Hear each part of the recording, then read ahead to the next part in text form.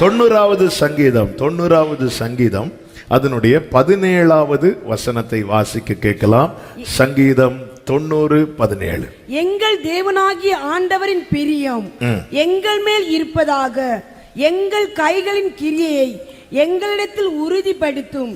ஆம், எங்கள் கைகளின் கிரியை எங்களிடத்தில் உறுதிப்படுத்தி அருளும். எங்கள் தேவனாகிய ஆண்டவரின் பிரியம் எங்கள் மேல் இருப்பதாக. ஆண்டவருடைய பிரியம் நம்மேல் இருந்தால் நம்முடைய காரியங்கள் எல்லாமே உறுதிப்படுத்தப்படும். நமக்கு சொல்லப்பட்டவைகள் எல்லாம் உறுதிப்படுத்தப்படும்.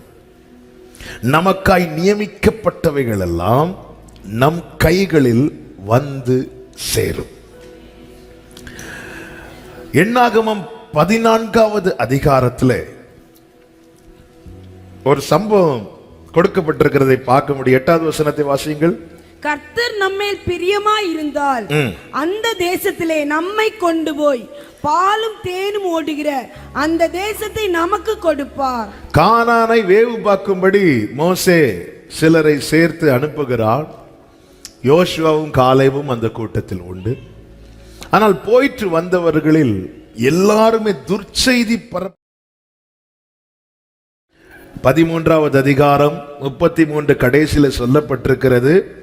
தேசத்தை குறித்து, தாங்கள் சுற்றி பார்த்து வந்த தேசத்தை குறித்து துர்ச்செய்தியை பரம்ப பண்ணினார்கள். அப்பொழுது சபையார் எல்லாருமே அழ ஆரம்பிக்கிறாங்க. இந்த நேரத்தில் தான் யோசுவாவும் காலேபும் ஜனங்களை பார்த்து இப்படி சொல்லுகிறார்கள், நாம் போய் பார்த்து சுற்றி வந்த தேசம் நல்ல தேசம். கர்த்தர் என்ன ப்ராமிஸ் பண்ணியிருக்கிறாரோ அதை நாங்க பார்த்துட்டோம். இனி கர்த்தர் நம்மில் பிரியமாயிருந்தால் அந்த தேசத்தில் நம்மை கொண்டு போய் பாலும் தேனும் ஓடுகிற அந்த தேசத்தை நமக்கு கொடுப்பார். கர்த்தர் வாக்குத்தத்தம் பண்ணிட்டார்ல, அது நமக்கு கொடுப்பார் என்றல்ல அவர்கள் இங்கே சொன்னது. வாக்குத்தத்தத்தை யோசுவா காலேப் மட்டும் கேட்கல, எல்லாரும் தான் கேட்டாங்க. ஆனா அது யார் சுதந்திரிப்பாங்க தெரியுமா? கர்த்தர் யார் மேல் பிரியமா இருக்கிறாரோ. நிறைய கேட்டுட்டோம் வாக்குத்தத்தம். கடந்த வாரத்தில் பரிசுத்த ஆவியானவர் இந்த ஜெபத்தை உள்ளத்திலே வைத்து ஜெபிக்க வைத்துக் கொண்டே இருந்தார். எங்கள் தேவனாகிய கர்த்தருடைய பிரியம் எங்கள் மேல் இருப்பதாக. இந்த வார்த்தை அப்படியே வேதம் நமக்கு தெளிவாய் காண்பிக்கிறது. இஸ்ரவேலர்கள் எகிப்திலிருந்து புறப்பட்ட அனுபவம் ஆவிக்குரிய கண்ணோட்டத்தோடு 1 கொரிந்தியர் 10வது அதிகாரத்திலே எழுதப்பட்டிருக்கிறதை நம்மால் பார்க்க முடியும். சிவந்த சமுத்திரத்தை கடந்தது எழுதப்பட்டிருக்கிறது. மேகத்துக்கு கீழே இருந்தது எழுதப்பட்டிருக்கிறது. ஞான போஜனத்தை புசித்தது, மன்னாவை புசித்தது எழுதப்பட்டிருக்கிறது. ஞான பானம், கண்மலையின் தண்ணீர் கொடுக்கப்பட்டது. இதெல்லாம் எல்லாருக்குமே கொடுக்கப்பட்டது. ஆனால் அதனுடைய 5வது வசனத்தில் 1 கொரிந்தியர் 10:5 இப்படி சொல்லப்பட்டிருக்கிறது, அப்படி இருந்தும் அவர்களில் அதிகமான பேர்களிடத்தில் தேவன் பிரியமாயிருந்ததில்லை. ஆதலால் வனாந்திரத்திலே அவர்கள் அழிக்கப்பட்டார்கள். அதன் அர்த்தம் அவர்களுக்கு சொல்லப்பட்டதை அவர்கள் அடையாமல் போனார்கள்.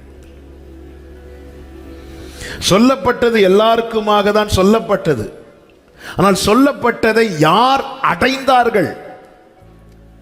யார் பேரில் கர்த்தர் பிரியமாயிருந்தாரோ அவர்கள் அவர்களுக்கு சொல்லப்பட்டதை அடைந்தார்கள். நாம் நமக்கு அறிவிக்கப்பட்டதை கேட்கிறவர்களாய் மாத்திரம் அல்ல. ஒரு சக்சஸ்ஃபுல் லைஃப் என்பது என்ன தெரியுமா? எனக்கு எது எனக்கென்று எது குறிக்கப்பட்டதோ அது எனக்கு அறிவிக்கப்பட்டது. எனக்கு அறிவிக்கப்பட்டது நான் அடையும்படிக்கு கர்த்தர் எனக்கு கிருபை செய்தார் என்பதுதான் உண்மையிலே ஒரு பூரணமான வாழ்க்கை. ஒரு சாட்சி உள்ள வாழ்க்கை. கர்த்தர் எனக்கு இப்படி ப்ராமிஸ் கொடுத்தார், கர்த்தர் எனக்கு இப்படி வாக்கு தந்தார், கர்த்தர் எனக்கு இப்படி வாக்கு தந்தார். ஓகே, இனி என்னைக்கு சொல்ல போறோம்? கர்த்தர் எனக்கு வாக்கினால் சொன்னதை கரத்தினால் செய்து முடித்தார் என்று. இந்த நாளில் இந்த செய்தி கேட்கும் போதே ஒரு செய்திக்கு ஒரு 3 பாயிண்ட் 5 பாயிண்ட் அப்படிங்கிற மனநிலைமை இல்லாம உங்கள் இருதயம் இப்பொழுதே ஜெபிக்க ஆரம்பிக்கட்டும். என்ன ஜெபம்? எங்கள் தேவனாகிய கர்த்தருடைய பிரியம் எங்கள் மேல் இருப்பதாக. இஸ்ரவேலர்கள் எல்லாரும் இதை சுதந்திரிக்கவில்லை. ஏன்? அவர்களில் அதிகமான பேர்களிடத்தில் தேவன் பிரியமாயிருந்ததில்லை. ஆண்டவரே, எனக்கு அறிவிக்கப்பட்டதை நான் அடையணும். ஆமா, எனக்கு கிருபை தான், நான் சர்ச்சுக்கு வரேன், எனக்கு ஒரு வாக்குத்தத்தம் கிடைக்குது, சந்தோஷமா போறேன், இப்படி வாழ்க்கை போயிட்டு இருக்கு. எனக்கு உரைக்கப்பட்டது, ஆமே, என் காதினால் நான் கேட்டதை இப்பொழுது என் கண்கள் காண்கிறது. ஹல்லேலூயா. இந்த ஒரு சாட்சி ஆண்டவரே சீக்கிரமா என் வாழ்க்கையில தொனிப்பதாக சொல்றவங்க கைகளை உயர்த்தி ஆமேன்னு சொல்லுங்க பார்க்கலாம். அப்போ ஒரு தேவ பிள்ளை எதுல தான் கவனம் செலுத்தணும்னா, தேவனை பிரியப்படுத்துவதில் அதிக கவனம் செலுத்தணும். ஆனா நாம பல நேரத்துல மனிதர்களை பிரியப்படுத்துறதுல ரொம்ப கவனம் செலுத்தி பார்க்கிறோம். ஒண்ணுமே ஒழுங்காவே நடக்க மாட்டேங்குது. தேவனை பிரியப்படுத்துவதில் இந்த சத்தியத்தை அறிந்த ஒரு தேவ பிள்ளை அவனுடைய வாழ்நாள் போக்கஸே எதுவா இருக்கும்னா, ஆண்டவர் எப்படியாவது பிரியப்படுத்தணும், இந்த விஷயத்தில் ஆண்டவரை பிரியப்படுத்தணும், இதில் ஆண்டவரை பிரியப்படுத்தணும். ஏன்னா அவர் பிரியம் வைத்தால் மட்டும்தான் நமக்கு அறிவிக்கப்பட்டதை நாம் அடைய முடியும். இதுதான் சத்தியம். இது மனசுல, ஆழ் மனதுல அழுத்தமா எழுதிருங்க. எனக்கு சொல்லப்பட்டது எல்லாருக்கும் சொல்லப்பட்டது போல எனக்கு சொல்லப்பட்டது. ஆனா நான் அதை அடையணும்னா கர்த்தர் என் மேல் பிரியம் வைக்கணும். கர்த்தர் என் மேல் அன்பா இருந்ததுனால எனக்கு அறிவிக்கிறார், எல்லாரையும் அவர் நேசிக்கிறார். அந்த கர்த்தர் பிரியம் வைக்கும்படியாய் என் வாழ்க்கை இருக்கும்போது அவர் எதுல கவனம் செலுத்துவார் தெரியுமா? நான் எனக்கு அறிவிக்கப்பட்டதை அடையும்படிக்கு கர்த்தர் கவனம் செலுத்துவார். அதனாலதான் மோசே கிட்ட ஆண்டவர் எடுத்து சொல்லுகிறார், இந்த யோசுவா, இந்த காலேப், இவர்களை நான் சுதந்திரிக்க வைப்பேன்னு எடுத்து சொல்லுகிறார். அப்ப தேவன் அதுல ரொம்ப கவனமா இருக்கிறார். மோசே இல்லாத தருணம் யோசுவாவுக்கு வந்தபோது கர்த்தர் சொன்னார், நான் உன்னோடு இருப்பேன், நீ பலம் கொண்டு திடமனதாயிரு, நான் உனக்கு கட்டளையிடவில்லையா? நீ பயப்படாமலும் கலங்காமலும் இருக்கிற பார், நான் மோசையோடு இருந்தது போல உன்னோடும் இருப்பேன். அப்போ ஒரு காரியம் தெளிவாய் தெரிகிறது, எத்தனை சத்துருக்கள் சூழ்ந்திருந்தாலும் தேவன் அதை நமக்கு ஒப்பு கொடுத்தால் நாம் சுதந்திரிக்க முடியும். சத்துருக்களே இல்லை என்ற நிலை இருந்தாலும் தேவன் ஒப்பு கொடுக்கவில்லை என்றால் நம்மால் எதையுமே சுதந்திரிக்க முடியாது. யோசுவாவின் வாழ்க்கையிலே தேவன் பிரியப்படும்படி யோசுவாவின் இடத்துல வெளிப்பட்ட காரியங்களும் தேவன் அவனுக்கு ஒப்பு கொடுத்தவைகளையும் யோசுவா புஸ்தகத்திலே நம்மால் பார்க்க முடியும். அதில் யோசுவாவின் புஸ்தகம் 5வது அதிகாரத்தை நீங்கள் பார்த்தீர்கள் என்றால் அதில் 13 முதல் 15 வரை உள்ள வசனங்களை வாசிக்க கேட்கலாம். யோசுவா 5வது அதிகாரம் 13 முதல் 15 வரை உள்ள வசனங்கள். பின்னும் யோசுவா எரிகோவின் வெளியில் இருந்து தன் கண்களை ஏறெடுத்து பார்க்கும்போது இதோ ஒருவர் அவனுக்கு எதிரே நின்றார், உருவின பட்டயம் அவர் கையில் இருந்தது. யோசுவா அவரிடத்தில் போய் கேட்கிறார், நீர் எங்களை சேர்ந்தவரோ எங்கள் சத்துருக்களை சேர்ந்தவரோ என்று கேட்கும்போது அவர் இப்படி பதில் சொல்லுகிறார். வாசிங்க. அதற்கு அவர், அல்ல, நான் கர்த்தருடைய சேனையின் அதிபதியாய் இப்பொழுது வந்தேன் என்றார். அப்பொழுது யோசுவா தரையிலே முகங்குப்புற விழுந்து பணிந்து கொண்டு அவரை நோக்கி, என் ஆண்டவர் தமது அடியேனுக்கு சொல்லுகிறது என்னவென்று கேட்டான். அப்பொழுது கர்த்தருடைய சேனையின் அதிபதி யோசுவாவை நோக்கி, உன் கால்களில் இருக்கிற பாதரட்சைகளை கழற்றி போடு, நீ நிற்கிற இடம் பரிசுத்தமானது என்றார். யோசுவா சொல்லுங்க இந்த வார்த்தையை, அப்படியே செய்தான். ஏன் என்ற கேள்வியை வைக்காம அப்படியே செய்தான். இப்பொழுது கர்த்தருடைய சேனாபதி அங்கே வந்து நிற்கிறார். ஆமென். இப்போ யோசுவா கேட்கிறார், நீர் எங்களை சேர்ந்தவரோ எங்கள் சத்துருக்கள்? சில மாதங்களுக்கு முன்பதான் இந்த வார்த்தையை வைத்து ஆவியானவர் ஞாயிற்றுக்கிழமை ஆராதனையில் இடைப்பட்டார். ஆமாம். ஆனால் அதில் ஒரு சில காரியங்கள் கூட இன்று பேசும்படி ஏவப்பட்டபடியினால் இந்த காரியத்தை சொல்ல விரும்புகிறேன். இப்போ நீங்கள் கவனிச்சிங்கன்னா யோசுவாவும் நிற்கிறார், கர்த்தரும் நிற்கிறார். அதில் கர்த்தர் தான் வந்து நிற்கிறார். நம்ம ஆண்டவராகிய இயேசு கிறிஸ்து வந்து நிற்கிறார். 2 பேர் நிற்கிறாங்க. நல்ல கவனிக்கணும் வார்த்தைகளை. நீர் என்ன சேர்ந்தவர்னா என் கூட என் பின்னாடி வந்து நில்லுங்க, என் கூட யுத்தம் பண்ண வாங்க.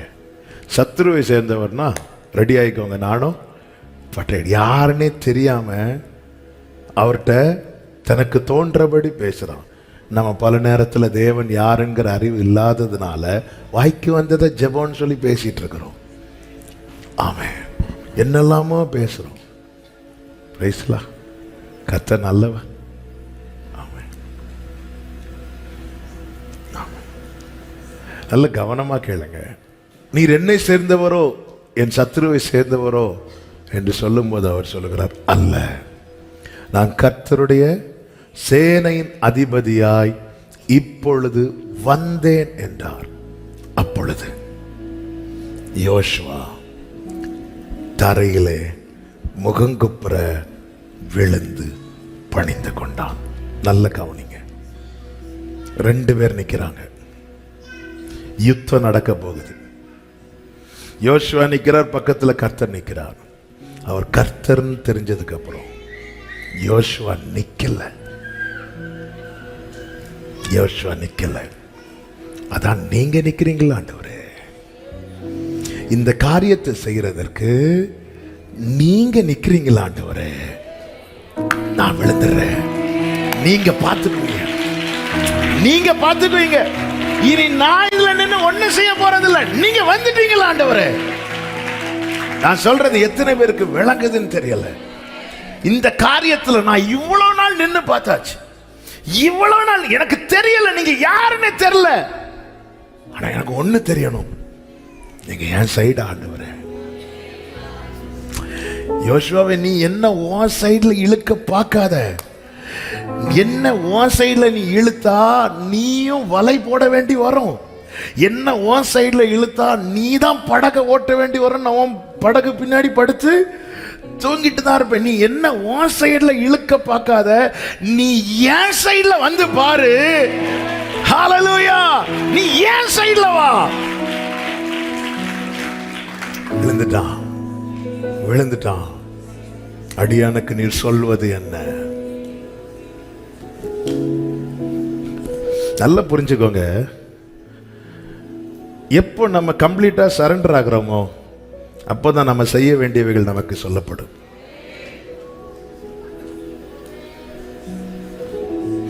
எப்பொழுது நம்ம கம்ப்ளீட்டா சரண்டர் ஆகிறோமோ, நீங்க கவனிச்சீங்கன்னா தெரியும், அவன் தலையை தாழ்த்துகிறான், அவர் அவனுடைய பாதத்திலிருந்து ஆரம்பிக்கிறார். ஆமென். நம்ம குளிக்கும் போது முதல்ல எதுல தண்ணி ஊத்துவோம்? கால்ல. ஆரம்பிக்கும் போதே கால்ல இருந்தான். அவன் தலையை தாழ்த்துறான் ஆண்டவர்கிட்ட. அவர் கால்ல இருந்து ஸ்டார்ட் பண்றார். பாதரட்சியை கழட்டி போட்டு கால்ல இருந்து ஸ்டார்ட் பண்றார்.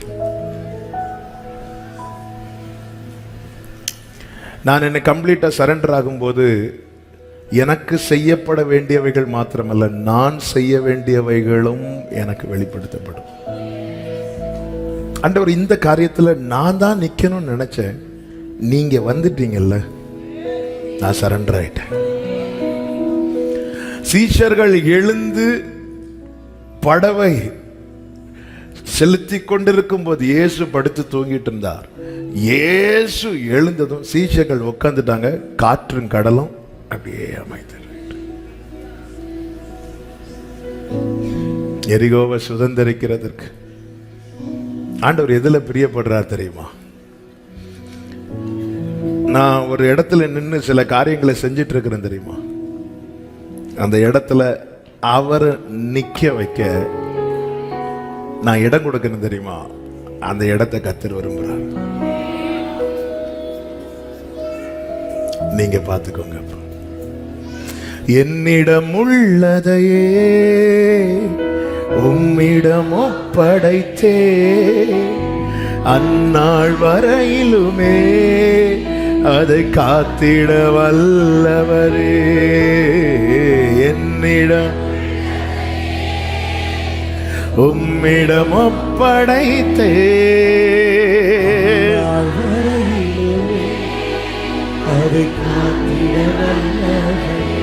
பேதுருவிட்ட கேட்டுக்கொண்டாராம். படகுல உட்கார்ந்து இருக்கிறார். பேதுரு படகுல அவர் உட்கார்ந்து இருக்கிறார். அவருடைய வாய்ஸ் வெளியே கேட்குது. நம்ம வீட்டில் இன்னொருத்தவங்க வாய்ஸ் கேட்குமா? நம்ம வீட்டில் நம்ம வாய்ஸ் தான் கேட்கும். நம்ம வீட்டில் இன்னொருத்தங்க சத்தம் கேட்கணும்னா அவங்களுக்கு நம்ம இந்த ரைட்ஸ் கொடுத்திருந்தா மட்டும்தான் சத்தம் கேட்கும். பேதுரு லூக்கா 5வது அதிகாரம் எடுக்க வேண்டாம். பேதுருவின் படகுலிருந்து அவருடைய சத்தம் தான் வெளியே வருது. பேதுருக்கு ஒரு வாய்ஸ் வெளியே வரல. இதுதான் கர்த்தருக்கு வேணும். அதுவரை நின்றுட்டு இருந்த யோசுவா அப்படியே விழுந்துட்டான். இப்ப அவர் செய்வார். அர்ப்பணிக்கிறது கர்த்தருக்கு பிரியம். அர்ப்பணிக்கிறது. நீங்க எப்பொழுது யோசுவா அர்ப்பணித்தானோ 6வது அதிகாரம் 1வது வசனத்தில் இப்படி சொல்லப்பட்டிருக்கிறது. 1-2 வசனத்தை வாசிங்க. எரிகோ இஸ்ரவேல் புத்திரருக்கு முன்பாக அடைக்கப்பட்டிருந்தது. ஒருவரும் வெளியே போகவும் இல்லை, ஒருவரும் உள்ளே வரவும் இல்லை. கர்த்தர் யோசுவாவை நோக்கி, இதோ எரிகோவையும் அதன் ராஜாவையும் யுத்த வீரரையும் உன் கையில் ஒப்பு கொடுத்தேன். கைகளை உயர்த்தி ஆமென் சொல்லுங்க பார்க்கலாம். இதே யோசுவா தான் சொல்லுகிறார், கர்த்தர் நம்மேல் பிரியமாயிருந்தால் அந்த தேசத்தை நமக்கு ஒப்பு கொடுப்பார். எப்பொழுது தன்னை முழுவதுமாய் தாழ்த்தி அர்ப்பணிக்கிறானோ அப்பொழுது கர்த்தர் வெயிட் பண்ணு, நான் ஃபைட் பண்ணி பார்க்கிறேன்ல, நான் ஒப்பு கொடுத்தேன். ஆண்டவர் ஒரு காரியத்தை அறிவிக்கிறார்னாலே அவர் செஞ்சிட்டார்னு அர்த்தம். ஆமென். அவர் செஞ்சு நான் ஒப்பு கொடுத்தேன். நீ மனுஷனை பிடிக்கிறவனா இருப்பாயின்றார். நீ மனுஷனை பிடிப்பாயின்றார். நம்முடைய அதாவது ஏரோதுக்கு முன்னாடி ஏரோதின் சகோதரருடைய மனைவியே ஏரோது சொந்தமாக்கி வைத்திருப்பான். அவளுடைய மகள் ஏரோதுக்கு முன்னாடி என்ன செய்வான்னா டான்ஸ் ஆடுவான். டான்ஸ் ஆடினதும் ஏரோதுக்கு என்ன ஆயிரும்னா ரொம்ப ஹாப்பி ஆயிரும். அந்த மகிழ்ச்சியில் அவர் சொல்லுவார், நீ ராஜ்யத்தின் பாதியை கேட்டாலும். அப்போ அந்த மகிழ்ச்சி உள்ள வந்ததும் அந்த ராஜா எவ்வளவு ப்ராமிஸ் பண்றான், நீ ராஜ்யத்தின் பாதியை கேட்டாலும். உடனே அவன் சொல்ற, எனக்கு ராஜ்யத்தின் பாதி வேண்டாம், எனக்கு அந்த யோவான்ஸ்நானுடைய தலையை. இவர் சொல்லிட்டாரு, வேற வழி இல்லை, அதை செஞ்சிட்டார். நான் எதுக்கு இந்த சம்பவத்தை சொல்றேன்னா, ஒரு செயல் ராஜாவை மகிழ்ச்சியாக்கும் போது ராஜாவின் இருதயம் எப்படி இருக்குதுன்னா, ஏதாவது கொடுக்கணும், ஏதாவது செய்யணும், ஏதாவது செய்யணும், ஏதாவது செய்யணும். ஒரு உலக பிரகாரமான ஸ்தானத்தில் இருக்கிற ஒரு ராஜாவை ஒருத்தங்க பிரியப்படுத்தினாலே அந்த ராஜாவுக்கு ஏதாவது செய்யணும்னு தோணும் போது, நிலையான சிங்காசனத்தில் இருக்கிறவரை ஒருத்தங்க பிரியப்படுத்தினா, யோசுவாவே நீங்க அப்படி என்ன அவரை பிரியப்படுத்தினீங்கன்னா, நாங்க 2 பேரும் நின்ன இடத்துல மொத்தமா அவர் நிற்கும்படிக்கு நான் என்னை தாழ்த்திட்டேன்.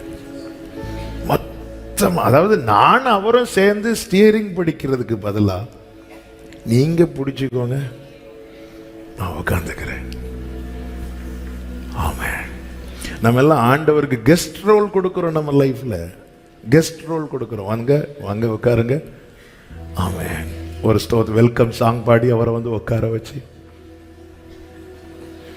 கடைசியில் போகிறதுக்கு முன்னாடி ஏதாவது சொல்லிட்டு போங்க, ஆண்டவரே நல்லா இரு, ஆமென். ஆண்டவர் நீங்க அங்க போங்க, நாங்க இனி அடுத்த வெள்ளிக்கிழமை பார்க்கலாம். இந்த கெஸ்ட் ரோல் தான் நம்ம ஆண்டவர் கொடுத்துட்டு இருக்கிறோம். இல்ல, நான் சேனையின் அதிபதி, அவ்வளவுதான். ஆண்டவரே இந்த யுத்தம் இனி இந்த யோசுவா பண்ண மாட்டான், இனி நீங்க தான். நீங்க வந்துட்டீங்கல்ல, நீங்க வந்துட்டீங்கல்ல. இயேசு வரது வரைக்கும் தான் யோவான் ஸ்நானகனுக்கு ரோல். இயேசு வந்ததுக்கு அப்புறம் தன்னோடு இருக்கிறவர்களுக்கு காண்பித்து கொடுக்கிறான். இதோ இதோ தேவாட்டுக்குட்டி, ஒழுங்க ஃபாலோ பண்ணிரு. ஆமென். கேக்குறாங்க, உம்மிடத்தில் வந்த எல்லாரும் அவங்க கிட்ட தானே போறாங்க, அவர்கிட்ட தானே போறாங்க. எஸ், நான் சிறுகவும் அவர் பெருகவும் வேணும். இந்த சத்தம் நமக்குள் தினமும் தொனிக்குமானால், தேவ பிள்ளைகளை, எப்படி தானியேலின் காரியம் ஜெயமாயிருந்ததோ அப்படியே உங்களுடைய காரியமும் ஜெயமாயிருக்கும். ஆமென் சொல்லுங்க பார்க்கலாம். ஆமா, இன்னைக்கு நீங்க சில கிரிட்டிக்கலான ஒரு நிலையில நின்றுட்டு இருக்கிறீங்க. ஆண்டவரே இந்த இடத்துல நான் என்ன கேரண்டி கிடையாது, கேரண்டி கிடையாது, இல்ல ஒண்ணுமே கிடையாது. எனக்காக வந்து நிக்க ஆண்டவரே வாங்க, ஆண்டவரே இந்த இடத்துல எனக்காக வந்து நெல்லுங்க, ஆண்டவரே இந்த இடத்துல எனக்காக இப்பொழுதே செபிக்க ஆரம்பிங்க. ஆண்டவரே என்ன கம்ப்ளீட்டா சரண்டர் பண்றேன், என்ன கம்ப்ளீட்டா சரண்டர் பண்றேன், எனக்காக இந்த இடத்துல நீங்க வந்து நில்லுங்க ஆண்டவரே. ஆமென் சொல்லுங்க பார்க்கலாம். ஹalleluya. யோசுவா அப்படியே செய்தான். ஆண்டவர் சொன்னார், இங்க பாருப்பா, நான் ஒப்பு கொடுத்தேன். கர்த்தர் இந்த வார்த்தையை சொல்லும் போது எரிகோவின் நிலை எப்படி இருக்கிறது தெரியுமா? அடைக்கப்பட்டு ஒருவனும், 1வது வசனத்தில் சொல்லப்பட்டிருக்கிறது, ஒருவரும் வெளியே போகவும் இல்லை, ஒருவரும் உள்ளே வரவும் இல்லை. இங்க பாருங்க, தடைகள் எவ்வளவு ஸ்ட்ராங்கா இருந்தாலும் நீங்க கர்த்தரை பிரியப்படுத்திட்டீங்கன்னா, ஆமென், அதை எடுத்து தந்துருவாரு. ஆமென். மகதலேனா மரியாள் இயேசு உயிரோடு இருக்கும்போது, மனுஷகுமாரனா இந்த பூமியில் சஞ்சரித்து கொண்டிருந்தார் அல்லவா, அவர் உயிரோடு இருக்கும்போது அவர் காலில் வந்து பரிமள தைலத்தெல்லாம் பூசுறா. யூத வழக்கத்தின்படி மரித்த பிற்பாடு செய்ய வேண்டிய சில சடங்குகளை அவர் உயிரோடு இருக்கும்போதே செய்கிறார். ஆண்டவரை பிரியப்படுத்துகிறார். கண்ணீரால பாதத்தை நினைக்கிறார், தலை முடியால அதை துடைக்கிறார், பிரியப்படுத்திட்டு இருக்கிறார். இப்பொழுது அவள் கல்லறை இடத்துல இயேசு மரித்து அடக்கம் பண்ணப்பட்டு 3வது நாள்ல வருகிறாள். அந்த கல்லு எவ்வளோ பெரிய கல்லு, யார் அதை நமக்காக புரட்டி தள்ளுவா? அவள் வந்து பார்க்கும்போது கல் புரட்டப்பட்டு இருந்தது. அவள் வந்து பார்த்தபோது கல்லு இருக்கு, பெரிய கல்லு இருக்கு. ஆனா அந்த டைம் வரும்போது, அந்த இடத்துல வந்து பார்க்கும்போது, அவள் அந்த பெரிய கல்லை எப்படி பார்க்கிறான்னா, புரட்டப்பட்டு இருக்கிறதை பார்க்கிறாள். இது எப்படிமா உனக்கு சாத்தியாச்சு? மகதலேனா மரியாள் சொல்லுவா, நான் செய்தது அவருக்கு ரொம்ப பிடிச்சிட்டு, அவ்வளவுதான். அந்த பாதத்தில் விழுந்து அழுதேன் அல்லவா, அந்த பாதத்தில் என் கண்ணீரை ஊற்றினேன் அல்லவா, அந்த பாதத்தை நான் துடைத்தேன் அல்லவா, அந்த பாதத்தை நான் முத்தமிட்டேன் அல்லவா. எது எது எனக்கு, நமக்காக யார்? இன்னைக்கு அநேகருடைய கேள்வி எதுதான், எனக்காக யார் இந்த கல்லை போட? யார் உண்டு? என்னதான் நம்ம ஆண்டவருக்கு சேவை செய்தாலும், ஆண்டவர் ஆராதித்தாலும், ஒவ்வொரு காரியம் வரும்போது இந்த தேடல் இல்லாத மனுஷனே கிடையாது, மனுஷனே கிடையாது. நான் கொஞ்சம் ப்ராக்டிக்கலாக சொல்கிறேன். என்னதான் நம்ம கர்த்தரை சார்ந்திருந்தாலும் ஒரு காரியம் ஒன்று வரும்போது யார் இருப்பா? நமக்காக யார் இருப்பா? யார் நமக்காக இந்த கல்லை புரட்டுகிறவன் யார்? மகதலேனா மரியாள் கேட்டது மாதிரி தான் ஒவ்வொரு காரியத்துக்காக நம்ம கேட்கிறோம். ஆனால் அந்த இடத்துல வந்து பார்க்கும்போது தான் தெரிகிறது, ஆமென், கர்த்தர் தன்னுடைய தூதனை அனுப்பி, நான் இயேசு கிறிஸ்துவின் நாமத்திலே ஒன்று சொல்ல விரும்புகிறேன், இந்த பூமியில் உங்களுக்கென்று யாரும் இல்லை என்ற நிலை எப்பொழுது வருகிறதோ அப்பொழுதுதான் நீங்கள் இதுவரை கண்டிராத கிரியைகளை பார்க்க ஆரம்பிப்பீர்கள். கர்த்தர் தூதனை அனுப்புவார். ஆமென், ஆமென், ஹல்லேலூயா. யாக்கோபுக்கு இனி எனக்கென்று யாரும் இல்லை என்ற நிலை வரும்போது தானே வானம் திறக்கப்பட்டிருக்கிறதையும் ஏணி வைக்கப்பட்டிருக்கிறதையும் தேவதூதர்கள் ஏறுகிறதையும் இறங்குகிறதையும் கண்டான். அது வரைக்கும் எனக்கு அம்மா இருக்கிறாங்க, அப்பா இருக்கிறாங்க, அண்ணன் இருக்கிறாங்க நிலைமை இருக்கும் வரைக்கும் சரி, அம்மாவை வச்சு பார்த்துக்கலாம், அப்பாவை வச்சு பார்த்துக்கலாம், அண்ணனை வச்சு பார்த்துக்கலாம். ஆமென். இருக்கிறவர்களுக்கு உறவுகள் இருந்தா அந்த உறவுகளை கர்த்தர் அனுகூலமாய் செயல்பட பயன்படுத்துவார். யாருமே இல்லை என்றாலும் கர்த்தருக்கு, எதுக்கு இதை சொல்றேன்னா, கர்த்தருக்கு கிரியை செய்வதற்கு எதுவுமே தடை கிடையாது. நீ அவரை பிரியப்படுத்தினது உண்மையானால் எந்த தடையா இருந்தாலும் எந்த அடைப்புகளா இருந்தாலும் கர்த்தரை ஒப்பு கொடுத்தேன்னா அது ஒப்பு கொடுத்ததுதான். ஆமென் சொல்லுங்க பார்க்கலாம். யோசுவா 6வது அதிகாரம் 27வது வசனத்தில் இப்படி சொல்லப்பட்டிருக்கிறது, இவ்விதமாய் கர்த்தர் யோசுவாவோட கூட இருந்தார், அவன் கீர்த்தி தேசமெங்கும் பரம்பிற்று. அர்ப்பணித்தவனை கர்த்தர் பிரபலப்படுத்துகிறார். எப்படி பிரபலப்படுத்துகிறார் தெரியுமா? கர்த்தர் இவனோட இருக்கிறார். ஆமென். இந்த காலை வேளையில எப்படி நீங்க அறியப்பட விரும்புறீங்க?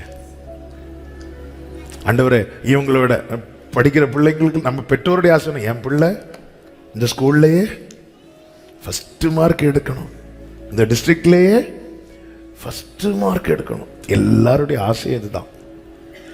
ஆமென்.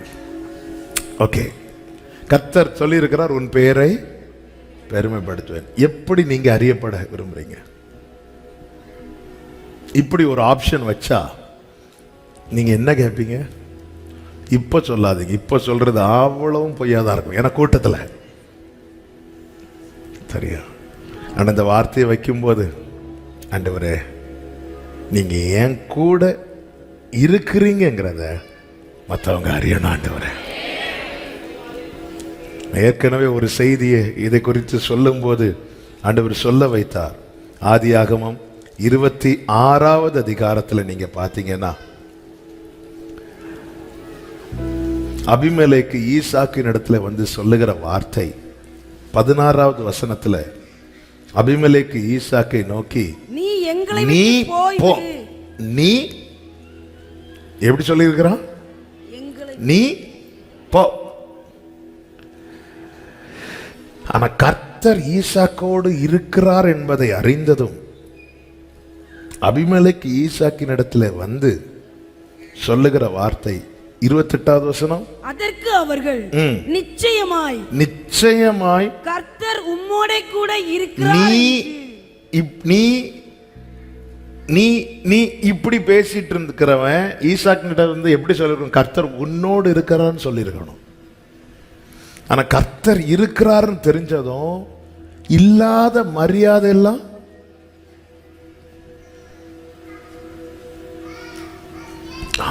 கர்த்தர் உம்மோடு இருக்கிறார். அடுத்த வார்த்தை 29வது வசனம், நாங்கள் உம்மை தொடாமல் நன்மையை உமக்கு செய்து உம்மை சமாதானத்தோட அனுப்பிவிட்டது போல நீரும் நீயும் என்றல்ல, நீரும் எங்களுக்கு செய்யுங்க. நீ கர்த்தரால் ஆசீர்வதிக்கப்பட்டவராமே அல்ல, நீர் கர்த்தரால் அற்பமாய் அவதூறாய் பார்த்தவர்களும் பேசுகிறவர்களும் கர்த்தர் உங்க கூட இருக்கிறார் என்று அறிந்தால் அதன் பிறகு அப்படி அல்ல அவர்கள் பேச போகிறது. ஈசாக்கு வேற ஒன்னும் சொல்லல. இங்க பாரு, நான் உங்களோட வயசுக்கு மூத்தவங்க, என்ன பார்த்து நீ அவன் இவன்னு ஒண்ணுமே சொல்லல. ஈசாக்கு கூட கர்த்தர் இருப்பதை அவங்க பார்த்தாங்க. ஒருத்தங்க கூட கர்த்தர் இருக்கிறத நம்ம பார்க்கும்போது, அல்லது அவங்க மேலே இருக்கிற கிருபையை, அவங்க மேலே இருக்கிற அபிஷேகத்தை பார்க்கும்போது அந்த கிருபையை, அந்த அபிஷேகத்தை கனப்படுத்தி பழகணும். அப்படி பழகிறவர்கள் மேலே கர்த்தருடைய கிருபை வந்து தாராளமாய் பெருகும்.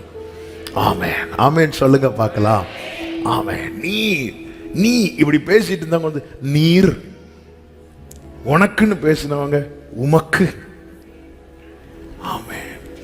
இதுதான் கர்த்தர் கூட இருக்கிறார். அதனாலதான் பைபிள் சொல்லுது, மோசேக்கு ஜனங்கள் எப்படி பயந்திருந்தார்களோ அப்படியே யோசுவாவுக்கும் ஜனங்கள் பயந்திருந்தாங்க. ஏனென்றால் அவர்கள் என்ன அறிந்து கொண்டார்கள் தெரியுமா? கர்த்தர் இவரோடு இருக்கிறார். என் கூட கர்த்தர் இருப்பதை நான் நிச்சயமாய் அறிய வேண்டும். நான் அதை அறியும் போது எனக்குள்ளே நம்பிக்கை உண்டாகும். என்னை சூழ்ந்திருக்கிறவர்கள் அறியும் போது என்னை குறித்த சாட்சி உண்டாகும்.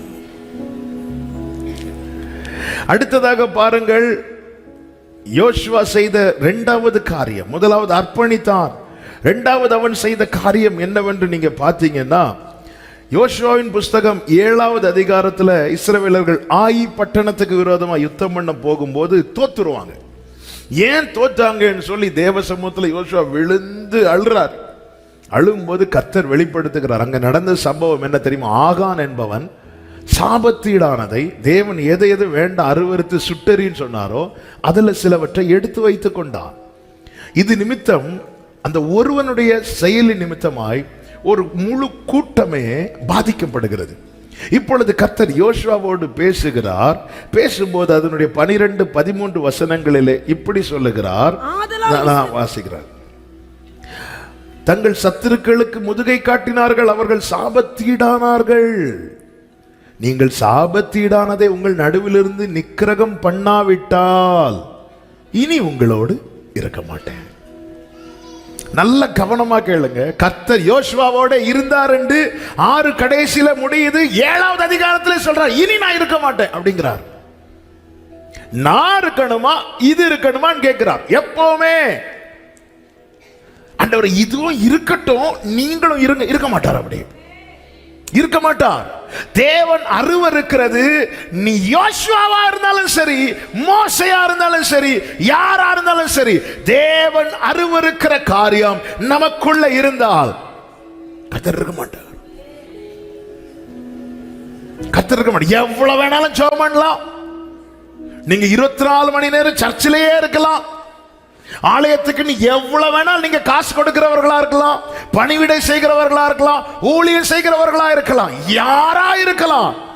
கர்த்தர் வெறுக்கிறவைகள் நம்மில் காணப்பட்டால் ஆண்டவர் சொல்வார், இது இருக்கிறது வரைக்கும் நான் இருக்க மாட்டேன் பார், நான் இருக்க மாட்டேன் பார். ஆண்டவர் இதுதான் ஆண்டவரே, இதுதான் ஆண்டவர் இல்ல. ஆண்டவர் தெளிவாய் சொல்லுகிறார். உபாகமம் 23:14 நல்ல தெரிந்த வசன வாசியங்கள். உபாகமம் 23:14 உன் தேவனாகிய கர்த்தர் உன்னை ரட்சிக்கவும் உன் சத்துருக்களை உனக்கு ஒப்புக் கொடுக்கவும் உன் பாளையத்துக்குள்ளே நல்ல கவனிங்க. கர்த்தர் என்ன செய்து கொண்டிருப்பாராம்? அவர் ஒரு இடத்துல இருந்தா இன்னொரு இடத்துல மறைச்சு வைக்கலாம். ஆமென். அவர் ஒரு இடத்துல இருந்தா அவர் சும்மாவே இருக்க மாட்டார். அவர் சும்மாவே இருக்க மாட்டார். அவர் என்ன பண்ணிட்டு இருப்பாராம்? உலாவிட்டே இருப்பார். ஆங்கிலத்தில் இருக்கும், அவர் சும்மா நடந்துட்டே இருப்பாராம். பாளையத்துக்குள்ள எப்படி நடந்துட்டே இருப்பாராம். ஐயோ இந்த பக்கம் வந்துடக்கூடாது வந்துடக்கூடாது. சில பிள்ளைங்க எக்ஸாம் எழுதும் போது ஒருவேளை பக்கத்தில் பார்த்து எழுதிட்டு இருந்தா ஃப்ரெண்டில் சார் நிற்பார். அவர் அப்படி ஒருவேளை சேர்லேருந்து எழுப்பிட்டார்னா இங்கே வந்துடவே கூடாது வந்துடவே கூடாது.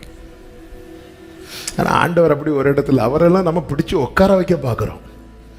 இருதயத்தில் ஒரு ஓரத்தில் ஆண்டவரே ஸ்கூலில் சொல்லி கொடுத்தாங்க, இருதயத்தின் 4 அறைகள் என்னெல்லாம் அறை? ஆண்டவர் உமக்கு பெஸ்ட் ரூமாக பார்த்து நாங்கள் கொடுத்துடுறோம், பாக்கி 3 அதை விட்டுருங்க ஆண்டவர், உங்களுக்கு தான் சூப்பர் ரூமு. எப்படி எலிசாவுக்கு சுனேமியால் மேல் வீட்டில் ஒரு ரூம் போட்டு கொடுத்தாங்களோ அதே மாதிரி நம்ம வாழ்க்கையில் அவர் உட்கார வைக்க பார்க்குறோம். அவர் உட்காரவே மாட்டார். அவர் உலாவுகிற கர்த்தர். உலாவும் போது உன்னிடத்தில் அசூசியான காரியத்தை கண்டு உன்னை விட்டு நீங்க நல்லா கவனிச்சீங்கன்னா தெரியும். யுத்தத்துக்கு யோசுவாவோடு கர்த்தர் இருக்கிறார். நல்ல கவனிங்க.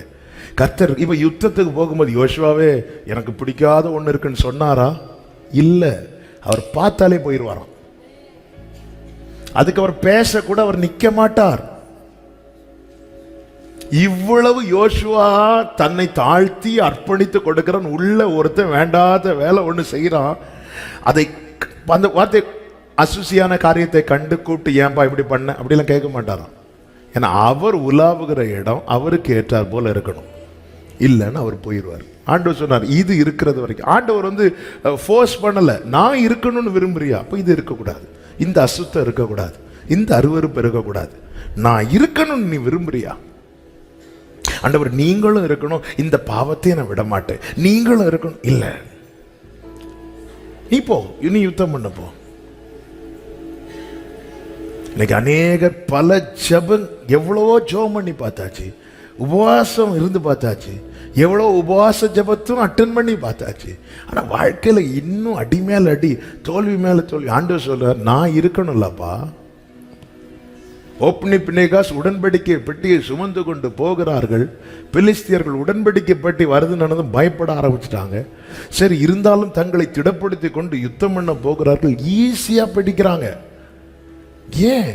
அந்த ஓப்னி பினேகாஸ் இருந்ததுனால கர்த்தர் இல்லை. அவர்கள் தங்களில் இருக்கிற அருவருப்பை அகற்றாமல், அவங்க நினைச்சாங்க நம்ம வழக்கம் போல பெட்டியை சுமந்துட்டு அதே மாதிரி சத்தம் போட்டு, அதே மாதிரி அண்டு யோசுவாவின் நாட்களிலே எப்படி சத்தம் போட்டார்களோ அதை விட அதிகமாக இவர்கள் சத்தம் போட்டார்கள். எப்படி சுமந்தார்களோ அதே போல எல்லாமே அதே ஆராதனை முறைதான், அதே ஒழுங்கு முறைதான். ஆனா என்னன்னா, அன்னைக்கு ஜெய கம்பீர சத்தம் இஸ்ரவேலர் இடத்தில் இருந்தது, இன்னைக்கு பெலிஸ்தியர் இடத்தில் இருக்கிறது. எங்க தப்பு நடந்துச்சு? அவர் உலாவும் போது உன்னிடத்தில் அசூசியான காரியத்தை கண்டு விலகிடுவாராம். நமக்கு தெரியாது. கர்த்தர் சிம்சோனை விட்டு விலகினதை சிம்சோன் அறியாதிருந்தான். அறிந்திருந்தால் இந்த பட்டணத்துக்கு யோசுவா யுத்தத்துக்கு போயிருக்கவே மாட்டாரு, அப்பவே விழுந்திருப்பார். இப்பதான் விழுந்து ஆண்டவர் திரும்பி ஏன் விழுந்து கிடக்குற அப்படிங்கிறார். நீ இருக்கும்போது தான் நான் மோசையை வைத்து சொன்னேன், நான் உன் பாளையத்தில் உலாவிட்டு இருப்பேன், உன்னிடத்தில் அசூசியான காரியத்தை நான் கண்டா விலகிருவேன். ஆண்டவரே, என்ன ஆண்டவரே, இந்த சாபத்தீடானது இருக்கிறது வரைக்கும் நான் இருக்க மாட்டேன் யோசுவா. நீ விழுந்து கிடந்தாலும் சரி, உன் வஸ்திரத்தை கிழித்து கிடந்தாலும் சரி. அடுத்து ஒரு வார்த்தையை சொல்லுவார் பாருங்கள், 13வது வசனத்துல, எழுந்திரு இஸ்ரவேலரே, சாபத்தீடானது உங்கள் நடுவே இருக்கிறது, நீங்கள் சாபத்தீடானதை உங்கள் நடுவிலிருந்து விலக்காதிருக்கும் மட்டும் நீங்கள் உங்கள் சத்துருக்களுக்கு முன்பாக நிற்கக்கூடாது.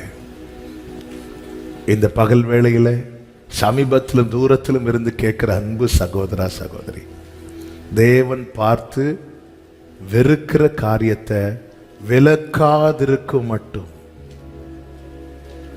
நம்மளால ஜெயிக்க முடியாது, நிற்கவே முடியாது. ஆண்டவர் சொல்றார், நிற்கவே. நல்லா புரிஞ்சுக்கோங்க, காலங்கள் மாறினது உண்மைதான். என்ன காலம்? மனசாட்சியின் காலம், நியாயப்பிரமாண காலம், கிருபையின் காலம். காலங்கள் மாறுகிறது, ஆனால் ஆலயத்தினுடைய பிரமாணம் ஒன்னே ஒண்ணுதான். என்ன பிரமாணம் தெரியுமா? பரிசுத்தம்.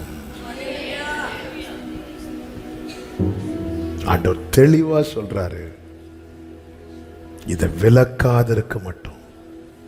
இவ்வளவு அழுறல்ல, சரி நான் உனக்கு கொடுக்கிறேன், அப்படி கொடுக்க மாட்டார். என்ன ஆண்டவர் பார்க்கும்போது நான் அவர் கண்களுக்கு பிரியமா இருக்கணும். அதற்கு நான் என்ன செய்யணும்னா, அவர் வெறுக்கிறத நான் அப்புறப்படுத்தணும். இஸ்ரவேலை ஆசீர்வதிப்பதே கர்த்தருக்கு பிரியம் என்று பிழையாம் கண்டான். அவன் பிழையாம் வந்தது சாபத்தை கொடுக்க தான் வந்தான். ஆனால் அவர் கண்களுக்கு இஸ்ரவேல் பிரியமா இருந்ததுனால சாபம் சொல்ல வாயை திறக்கிறான். சபிக்க திறந்த வாய்க்குள்ளே கர்த்தர் ஆசீர்வாதத்தை வைத்து பேச வைக்கிறார். நம்ம வீட்டில் சாபத்தீடானது இருக்கு. யோசுவா நீதிமான், அந்த கூட்டத்தில் இருந்த ஒருவன் நிமித்தம் தோல்வி யோசுவாவுக்கும். நம்ம வீட்டில் சாபத்தீடானது இருக்கிறதா? சகைவே சீக்கிரமா இறங்கி வா, இன்னைக்கு நம்ம வீட்டில் வந்து தங்க வேண்டும் என்று சொல்லும் போது, சகை இயேசுவோடு நடக்கும் போதுதான் தெரியுது எப்படி அவர் தங்குவார். என் வீட்டில், என் வீட்டில் பெட் இல்லையா, ஏசி இல்லையா, ஃபுட் இல்லையா? இல்லை, என் வீட்டில் சாபத்தீடானது இருக்கு. எத்தனை பேர் கண்ணீரை குடிக்க வைத்த பணம் என் வீட்டில் இருக்கு. எத்தனையோ பேருக்கு வயிற்றில் அடித்த பணம் என் வீட்டில் இருக்கு. இல்லை, அவன் நின்று என்று பைபிள்ல இருக்கு. அவன் ஆழ்ந்த வேலை வீட்டு பக்கம் வந்து நின்றுட்டு, ஆண்டவரே யார்ட்டையாவது அநியாயமா வாங்கியிருந்தா நாலத்தனையா கொடுத்துறேன் ஆண்டவரே, ஆஸ்தியில பாதிய நான் ஏழைகளுக்கு கொடுத்துறேன் ஆண்டவரே சொல்லும் போதுதான் கர்த்தர் சொல்லுகிறார், இன்னைக்கு இந்த வீட்டுக்கு சுதந்திரிக்க முடியும். ரட்சிப்புக்காக அழுறோம், ரட்சிப்புக்காக கதறோம். ஆனா சாபத்தீடானதை அகற்றாவிட்டால் இயேசு கூட நடந்தாலும் ரட்சிப்பு இல்லை. இவன் இயேசுவோடு தானே நடக்கிறான். எப்பொழுது அவன் வேண்டாம், பிறருடைய அநியாயமாய் சம்பாதித்தது, அக்கிரமத்தினாலே சம்பாதித்தது, துன்மார்க்கத்தினாலே சம்பாதித்தது, இவைகள் நம்ம கையில இருந்தா அது சாபத்தீடானது. கர்த்தர் இருக்க மாட்டார். பெரிய எரிகோவை ஜெயித்தவங்க சின்ன ஆயி பட்டணத்துல தோத்துட்டாங்க. பெரிய பெரிய பிரச்சனையை ஃபேஸ் பண்ற அநேகர் சின்ன சின்ன காரியத்துல விழுந்துடுறாங்க. யோசுவா பார்க்கிறார், இதனால என்ன ஆனாலும் பரவாயில்ல, அந்த ஆகானை வரவழைத்து காரியத்தை தெளிவுபடுத்தி அந்த சாபத்தீடானதெல்லாம் எடுத்து கொண்டு வந்து மொத்தமாக கற்குவியலாக்கினான். கம்ப்ளீட்டா சில காரியங்கள் நம்மை விட்டு அப்புறப்படுத்தும் போது நமக்கு அது கஷ்டமா இருக்கும், நம்முடைய மாம்சம் திரும்ப கேட்கும். ஆனால் இல்லை, ஆமென், இது இருக்கிறது வரைக்கும், இந்த சாபத்தீடான பொருள், சாபத்தீடான காரியம் இருக்கிறது வரைக்கும் இந்த குடும்பத்தில் நிம்மதியே இருக்காது. இந்த நாளில் என்ன கேட்கிற ஒவ்வொருவருக்கும் சொல்லுகிறேன், பிறருடைய கண்ணீரை விழவைத்து அநியாயத்தினால பிறரை வஞ்சித்து ஆமென் எடுத்து வைக்கிற ஒரு பணம் கூட ஆசீர்வாதமா இருக்காது. அப்படி ஒரு செயலை, அதாவது துன்மார்க்கத்தில் துணிகரம் கொண்டு மற்றவர்களை வஞ்சித்து மற்றவர்களை ஏமாற்றி செய்கிற ஒரு செயலை கர்த்தர் பார்த்துட்டார்னா அவர் ஒண்ணுமே சொல்ல மாட்டார், விலகிடுவார். அவர் எப்போ விலகுவார்னு சத்துரு பார்த்துட்டு இருக்கிறான். எப்போ எல்லாரும் லைட் ஆஃப் பண்ணுவாங்கன்னு திருட பார்த்துட்டு இருக்கிறான். சாபத்தீடானது நம்முடைய வாழ்க்கையில, நம்ம குடும்பத்தில் இருக்க கூடாது. ஆமென் சொல்லுங்க. யோசுவா இதுல உறுதியா இருந்ததும் 8:1 வாசிங்க. அப்பொழுது கர்த்தர் யோசுவாவை அவன் அப்புறப்படுத்துறது வரைக்கும் கர்த்தர் வெயிட் பண்ணிட்டு இருக்கிறார். அவன் அப்புறப்படுத்தினது வேதம் சொல்லுகிறது. அப்பொழுது கர்த்தர் யோசுவாவை நோக்கி, நீ பயப்படாமலும் கலங்காமலும் இரு. நீ யுத்த ஜனங்கள் யாவரையும் கூட்டிக் கொண்டு எழுந்து ஆயி பட்டணத்தின் மேல் போ.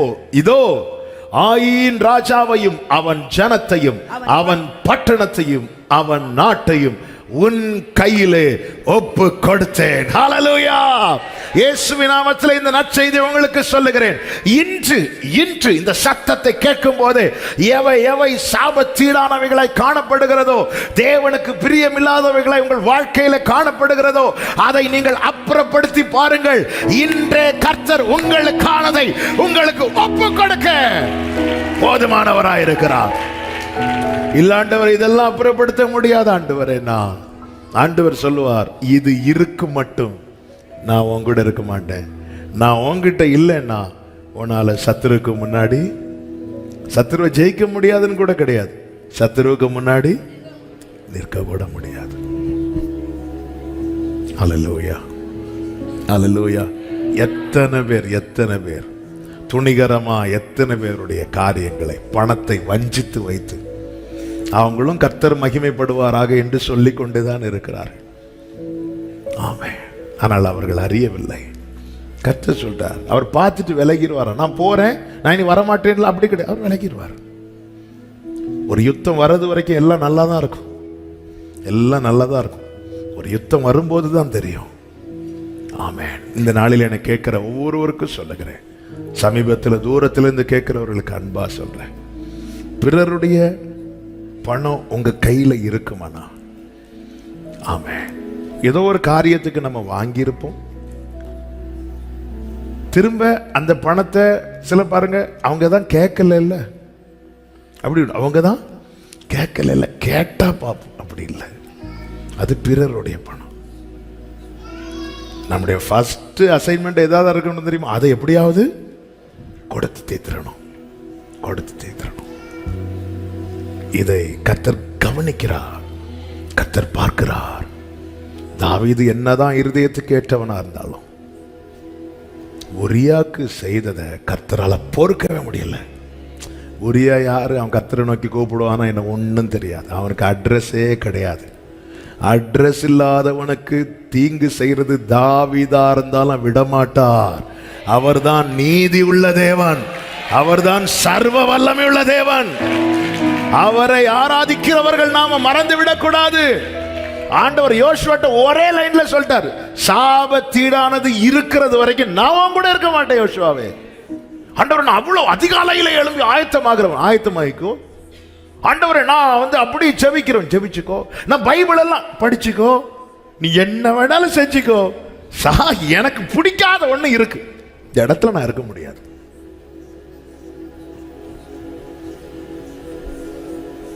ஆமென்.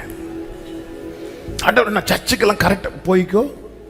ஆண்டவர் நான் வருஷத்துக்கு 2 தடவை பைபிள் படி, நீ 20 தடவை படிச்சுக்கோ. ஆண்டவர் நான் காலையில 4 மணிக்கு ஒரு முழங்கால் 40 மணிக்கு நின்னுக்கோ. எனக்கு பிடிக்காதது ஒன்ட்டு இருக்கு, நான் உங்ககிட்ட இருக்க முடியாது. நீயே டிசைட் பண்ணிக்கோ, எது இருக்குன்னு நீ டிசைட் பண்ணிக்கோ. நீ இதை விரும்புற தெரியுமா, அதுக்கு நீயே கொடுக்கிற இடம் தெரியுமா, மண்ணில் புதைச்சி வைக்கிற. நீ எனக்கு இடம் கொடுத்தா நான் உன்னை விண்ணில் கொண்டு போவேன். இன்னைக்கு நாம விரும்பி சில காரியத்தை விடாம பிடிச்சிருக்கிறோம் தெரியுமா, அது நம்மளை எங்க தான் கொண்டு போகுது தெரியுமா, மண்ணில் தான் போகுது. நீ எதை மண்ணில் புதைச்சி வச்சிருக்கியோ அதுதான் உன்னை மண்ணில் தான் கொண்டு போகுது.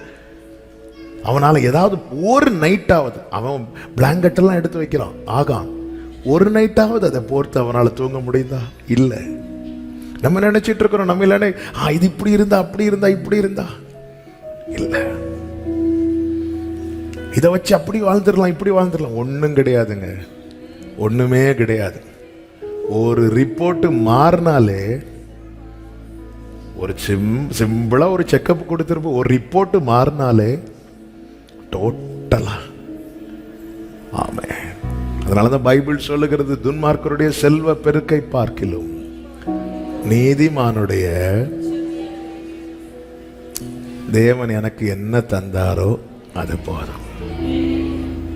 ஆண்டவருக்கு தெரியுங்க, ஆண்டவர் ஐஸ்வர்ய சம்பனராக இருக்கிறார். அவருக்கு தெரியும் இன்னைக்கு தேவன் என்ன இந்த பாதையில் நடத்துறாருன்னா சந்தோஷமா நடக்கணும். என் தகப்பனார் ஊழியர் செய்யும் போது ஒரே ஒரு ட்ரெஸ் தான் அவங்களுக்கு இருந்துச்சு. அவங்க ஒயிட் அண்ட் ஒயிட் போடுவாங்க, ஒரே ட்ரெஸ்ஸு. காலைல ஊழியத்து போயிட்டு வந்து ஈவினிங் அம்மாட்ட கழட்டி கொடுப்பாங்க. அம்மா அதை துவைச்சி அழகாக அடுத்த நாள் ஒரு முறுமுறுக்காமல் போயிட்டு இருந்தாங்க.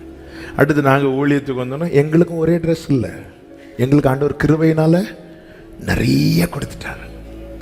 இதை ஏன் அன்னைக்கு ஆண்டவருக்கு செய்ய முடியுமா முடியாதா? முடியும். ஆண்டவர் எந்தெந்த யாரை யார் எப்படி நடத்தணும்னு அவருக்கு தெரியும். விட்டுருங்க. இன்னைக்கு தேவன் உங்களை இப்படிப்பட்ட கடினமான பாதையில் நடத்துறாருன்னா நாளைக்கு உங்க பிள்ளைங்க வாழ்ந்திருப்பாங்க. இதை விட்டுட்டு இல்லை இல்லை நான் அப்படி குறுக்கு வழியில் அப்படி இப்படி ஓடுனா அது பிள்ளைகளுக்கு நன்மையா போய் சேராது. ஆமே. நேற்று தான் வேடிக்கையாக ஒருத்தங்க சொன்னாங்க, அவங்க தகப்பனார் சொத்து காரியம் இது அப்பவே அவர் வித்திருந்தாருன்னா இந்த பிரச்சனையே வந்திருக்காது. இவரதை வச்சு இப்போ நம்ம அந்த கேஸ் காரியத்துக்குன்னு அலைய வேண்டி இருக்குதுன்னு சொல்லிட்டு வேடிக்கையாக சிரிச்சுட்டு சொன்னாங்க. ஆமே. நம்முடைய நன்மைகள் நம்முடைய காரியங்கள் எல்லாம் கர்த்தர் ஆண்டவரே நீங்கள் எனக்கு தருது போதும், நீங்கள் எனக்கு தராதது வேண்டாம், நீங்கள் என் கூட இருப்பதற்கு தடையாய் இந்த காரியம் இருக்குன்னா வேண்டாம் ஆண்டவரே. அதை அப்புறப்படுத்துறதுக்கு யோசுவா தயங்கல்ல, அப்புறப்படுத்துறதுக்கு தன் இருதயத்தை கடினப்படுத்தினான். நம்ம எல்லாம் அப்புறப்படுத்தக்கூடாதுன்னு கடினப்படுத்துற யோசுவா அந்த செயல் சாதாரண செயல் கிடையாது. அந்த சாபத்தீடானதை அந்த ஆகான் மொத்த குடும்பத்தை கொண்டு வந்து பெரிய கற்குவியலா போடுறது சாதாரண செய்யலாம். நமக்கு யுத்தம் மாംசத்தோட ரத்தத்தோட கிடையாது. உடனே போய் கல்லெல்லாம் எடுத்து எரிஞ்சிடாதீங்க யார் மேலேயாவது. நமக்கு யுத்தம்னா நான் சொல்றது பாவ கிரியைகள், அருவருப்பான கிரியைகள், அநியாயமாய் சம்பாதித்த காரியங்கள் இன்னைக்கு இருக்குதா அவங்கள்ட்ட? இந்த சகைவை மாதிரி நீங்க திருப்பி கொடுக்கறதுக்கு ரெடி ஆயிட்டீங்கன்னா, சகைவே உனக்கு ரட்சிப்புன்னு இல்லை, இன்றைக்கு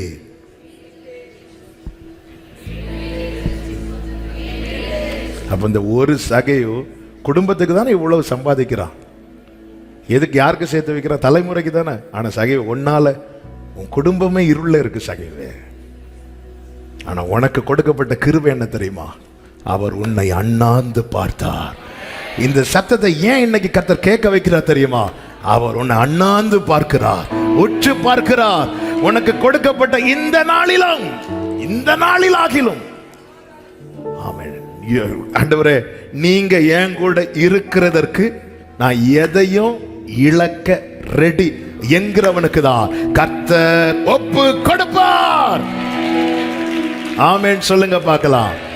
ஆமென். நேரம் போகிறதுனால நான் ஒரே ஒரு வார்த்தையை சொல்லி செபிக்க விரும்புகிறேன். மூன்றாவதாக இந்த யோசுவா செய்த காரியம் என்னவென்றால், அதனுடைய 9வது அதிகாரத்தை நீங்க கவனிச்சீங்கன்னா, இந்த யோசுவா எரிகோவுக்கு செய்தது, ஆயி பட்டணத்துக்கு செய்ததெல்லாம் கேள்விப்பட்டு கிபியோனியர் என்ன பண்ணுவாங்க அப்படின்னா, யோசுவாட்ட வந்து உடன்படிக்கை செய்வாங்க. உடன்படிக்கை நாங்கள் உங்களுடைய அடிமைகள், இதை பாருங்க எங்களை நீங்கள் உயிரோட காக்கணும்னு சொல்லிட்டு உடன்படிக்கை செய்வாங்க. ஆரம்பத்தில் தந்திரத்தினால் வந்து செய்தாலும் யோசுவா அவர்களோட உடன்படிக்கை செய்திருவார். என்ன உடன்படிக்கைன்னா, உங்களை நான் உயிரோட காப்பேன். அப்படி இருக்கும்போது தான் எருசலேமின் ராஜா 10வது அதிகாரத்தில் என்ன பண்ணுகிறார்னா, வேறு சில ராஜாக்களை அழைத்து கொண்டு வந்து இந்த கிபியோனியரோடு யுத்தம் பண்ண வருகிறான். கிபியோனியரோடு யோசுவாவோட யுத்தம் பண்ண வரல, கிபியோனியரோடு தான் யுத்தம் பண்ண வருகிறான்.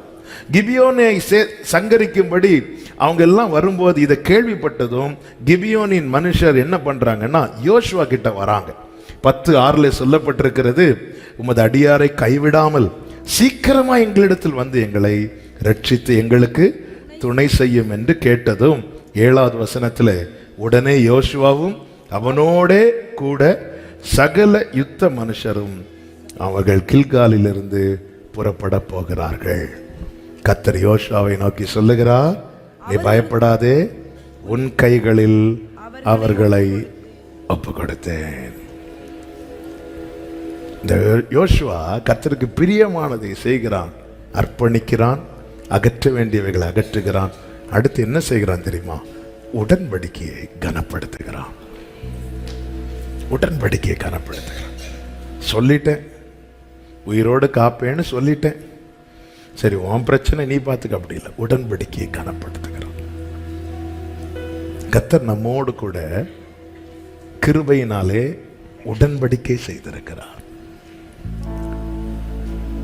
அந்த உடன்படிக்கையை யார் கனப்படுத்துகிறார்களோ அவர்களுக்கு தேவன் வாக்கு பண்ணினதை ஒப்பு கொடுப்பார். தானியேலின் புஸ்தகம் அதனுடைய 11வது அதிகாரம் 32வது வசனத்திலே இப்படி சொல்லப்பட்டிருக்கிறது, உடன்படிக்கைக்கு துரோகிகளாய் இருக்கிறவர்கள் என்று சொல்லப்பட்டிருக்கிறது. கடைசி காலத்தில் பிசாசானவன் யாரை வஞ்சிப்பான் தெரியுமா? உடன்படிக்கைக்கு துரோகிகளாய் இருக்கிறவர்களை. ஆனால் தங்கள் தேவனை அறிந்திருக்கிற ஜனங்கள் திடன் கொண்டு அதற்கு ஏற்றபடி செய்வார்கள்.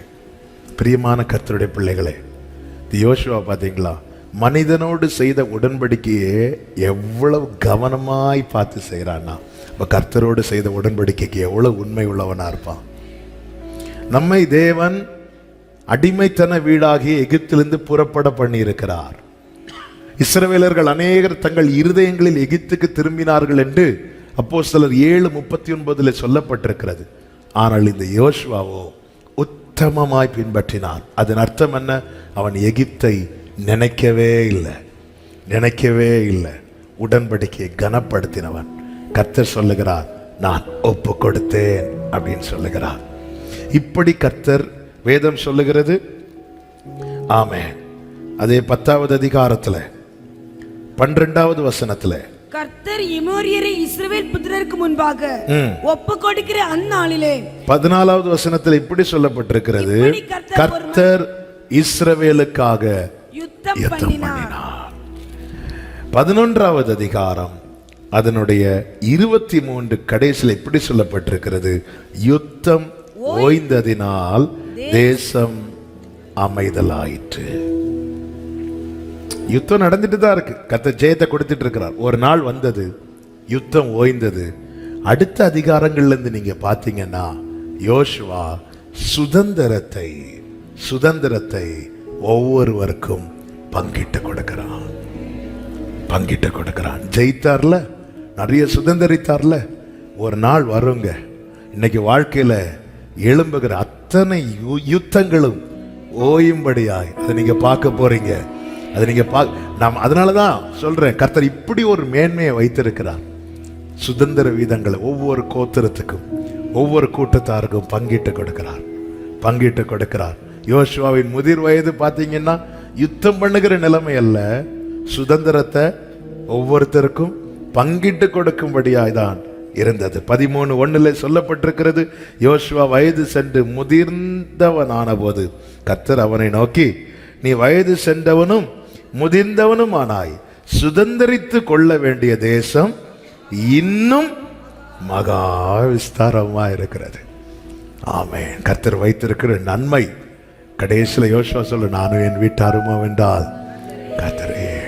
எவ்வளவு யோசுவாவின் ஆரம்பம் பார்த்தா ஃபுல்லா யுத்தம். ஆனா யோசுவா எதுல கவனமா இருந்தார் தெரியுமா? கர்த்தரை பிரியப்படுத்துறதுல கவனமா இருந்ததுனால பிரியமான யோசுவாவுக்கு கர்த்தர் எல்லாத்தையும் கொடுத்தார். அந்த யோசுவா தனக்கு கீழே இருந்தவர்களுக்கெல்லாம் பிரித்து கொடுத்து கடைசியில கர்த்தருக்கு மகிமை உண்டாவதாக குடும்பமாய் கர்த்தரை மகிமைப்படுத்தி ஜீவனம் பண்ணினான் என்று வேதம் சொல்லுகிறது. இந்த நாளிலே என கேட்டுக்கொண்டிருக்கிற ஒவ்வொருவருக்கும் அன்பாய் சொல்லுகிற வார்த்தை, ஒரு காரியத்துல மட்டும் ரொம்ப கான்சென்ட்ரேட் பண்ணுங்க, அதையே ஃபோக்கஸ் பண்ணுங்க, அதையே செயல்படுத்துங்க. என்ன? கர்த்தரை பிரியப்படுத்துகிற காரியம். இந்த பூமியில யார் யாரெல்லாமோ பிரியப்படுத்துறோமே அவங்களால நமக்கு ஒண்ணு ஆக போறது என்ன ஆயிருக்கு? இருந்தது போனதே தவிர எதுவுமே கிடைக்கல. நீங்க கர்த்தரை பிரியப்படுத்துங்கள். நீங்கள் அவர் இருதயத்துக்கு ஏற்றவர்களாய் மாற அங்கிருந்து வாக்கு தத்தம் வந்துட்டே இருக்கும், கரம் அதை செய்து முடித்து கொண்டே இருக்கும். கர்த்தர் பிரியப்படுவாராக. அப்படியே தேவ சமூகத்திலே தாழ்த்தி முழங்காற்படியிட்டு, ஹalleluya, thank you Jesus. உமக்கு பிரியமானதை செய்ய எனக்கு கற்று தாரும் தெய்வமே. உமக்கு பிரியமானதை செய்ய எனக்கு கற்று தாரும் தெய்வமே. நீரே என் தேவன், வல்ல பரிசுத்த ஆவியானவர்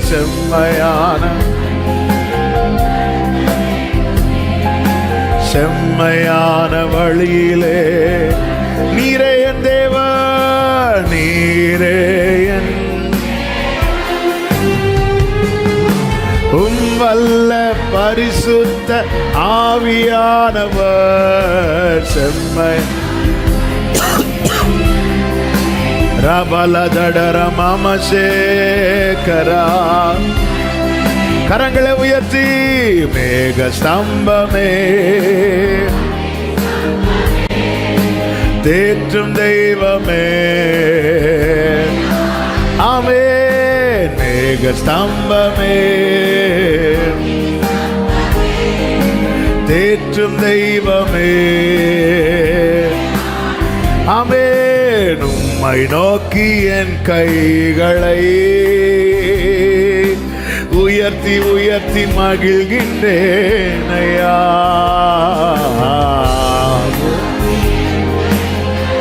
உயர்த்தி உயர்த்தி மகிழ்கிறேன். வறண்ட நிலம் தவிப்பது போல் வறண்ட நிலம் என் ஆத்மா உமக்காக, என் ஆத்மா ரகபல மதனரே ஏங்கி ஹalleluya ஏங்கி ஆமென். எனது ஏக்கமே எனது பாசமே எனது ஏக்கமே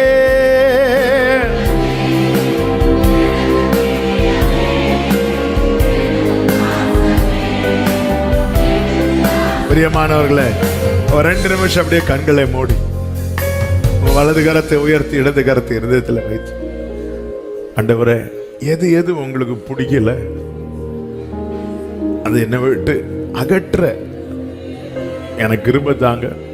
எனக்கு நீங்க கூட இருக்கணும், எனக்கு நீங்க கூட இருக்கணும், எனக்கு நீங்க வேணும், நீங்க கூட இருக்கணும். கிதியோன் சொன்னார்ல, நீங்க எங்க கூட இருந்திருந்தா இப்படி நடந்திருக்குமா? மாத்தாள் மரியாள் சொன்னாங்க இல்ல, நீங்க எங்க கூட இருந்திருந்தா, நீங்க இங்க இருந்திருந்தா. அப்ப தெரியுது இல்ல, அவர் இல்லாததுனாலதான் இவ்வளவு பிரச்சனை. சாபத்தினானது குடும்பத்துல வேண்டாம் சகோதரா, குடும்பத்துல வேண்டாம் சகோதரி. சில சில சில அற்ப காரியம் ஒரு பெரிய நன்மையை இழக்க வைக்கும். சில அற்ப காரியம் பெரிய நன்மையை இழக்க வைக்கும். கர்த்தர் கூட இல்லாததுதான் பெரிய இழப்பு. இந்த பூமியில ஒரு தேவ பிள்ளைக்கு எது தெரியுமா பெரிய இழப்பு? கர்த்தர் கூட இல்லாதது. கர்த்தர் கூட இல்லாதது ஈடுகட்ட முடியாத இழப்பு. ஒரு தேவ பிள்ளை பிரசன்னத்தை இழக்கிறது, தெய்வ பிரசன்னத்தை இழக்கிறது. அதனாலதான் மோசே சொல்றார், நீங்க என் கூட வரலன்னு நான் இங்கிருந்து போக மாட்டேன். பிரசன்னத்தை இழக்கிறது மாதிரி ஒரு பெரிய இழப்பு ஒரு தேவ பிள்ளைக்கு இந்த பூமியில கிடையாது.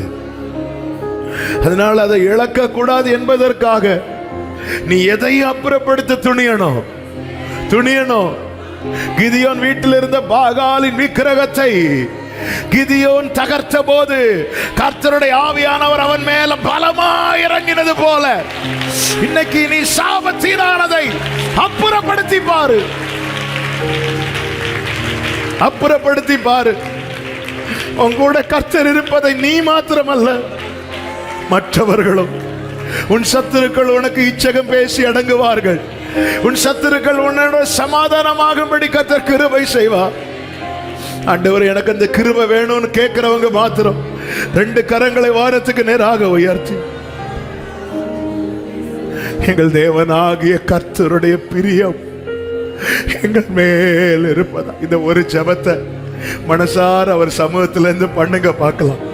இந்த ஒரே வார்த்தை, எங்கள் தேவனாகிய கர்த்தருடைய பிரியம், எங்கள் தேவனாகிய கர்த்தருடைய பிரியம் எங்கள் மேல் இருப்பதாக.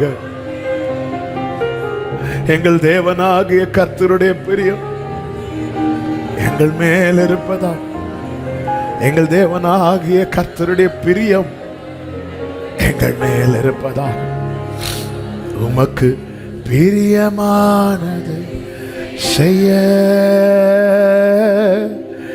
எனக்கு கற்று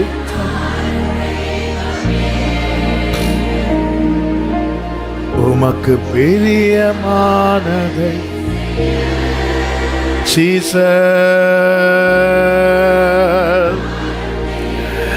சொல்லுங்க. நீரே என் தேவன், நீரே உம் வல்ல பரிசுத்த ஆவியானவர் செம்மையான வழியிலே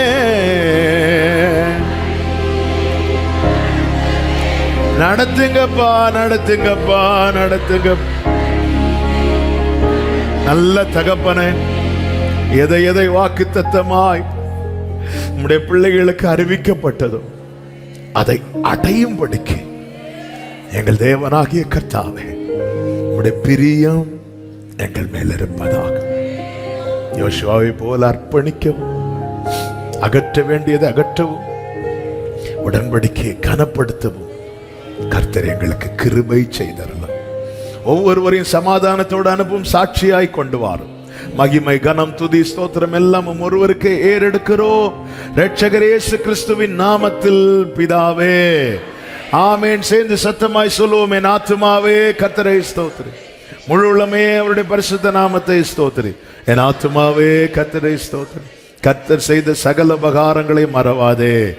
ஆமென். நம்முடைய கர்த்தராகிய இயேசு கிறிஸ்துவின் கிருபையும் பிதாவாகிய தேவனுடைய அன்பும் பரிசுத்த ஆவியானவருடைய ஐக்கியமும் சிநேகமும் பாதுகாவலும் நம் அனைவரோடும் எல்லா பரிசுத்தவான்களோடு கூட கர்த்தருடைய வருகை மட்டும் தங்கியிருப்பதாக. ஆமென். ஹல்லேலூயா. God bless you. கர்த்தர் உங்களை ஆசீர்வதிப்பாராக. ஆமென்.